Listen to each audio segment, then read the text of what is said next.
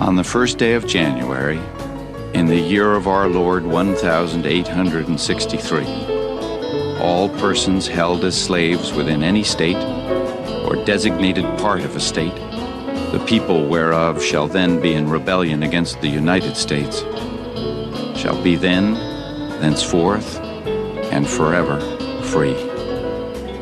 Abraham Lincoln.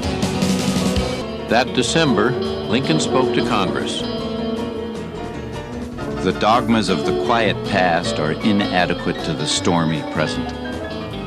As our case is new, so we must think anew and act anew. We must disenthrall ourselves, and then we shall save our country. Fellow citizens, we cannot escape history. The fiery trial through which we pass will light us down in honor or dishonor to the latest generation. We say we are for union.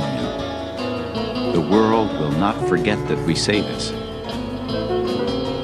In giving freedom to the slave, we assure freedom to the free, honorable alike in what we give and what we preserve. We shall nobly save or meanly lose the last best hope of earth. The South was outraged.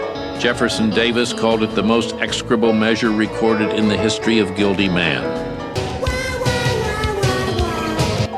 Juneteenth is a commemoration holiday of June 19, 1865, when a group of African Americans in Galveston, Texas, received the news that they indeed were free. President Lincoln had signed the Emancipation Proclamation in 1863, but news of the end of slavery in Texas had not traveled to this community until 1865. Since then, Juneteenth has been a day of commemoration of the struggle against slavery and a celebration of freedom. One of the biggest misconceptions about Juneteenth is that people often think that was the day that slavery ended in the United States.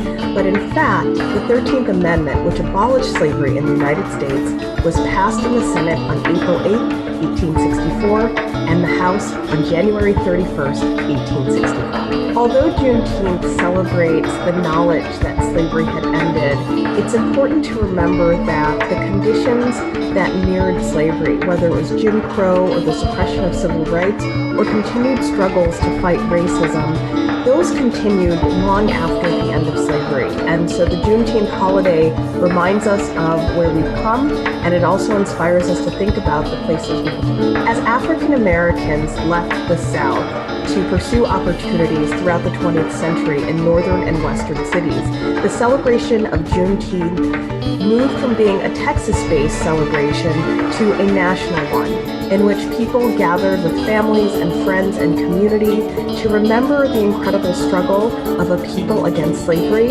and to create new traditions that allowed them to reflect about the struggle for civil rights and the ongoing struggle.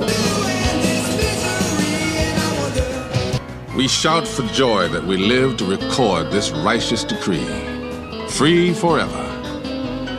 O ye millions of free and loyal men who have earnestly sought to free your bleeding country from the dreadful ravages of revolution and anarchy, lift up now your voices with joy and thanksgiving, for with freedom to the slave will come peace and safety to your country. Frederick Douglass.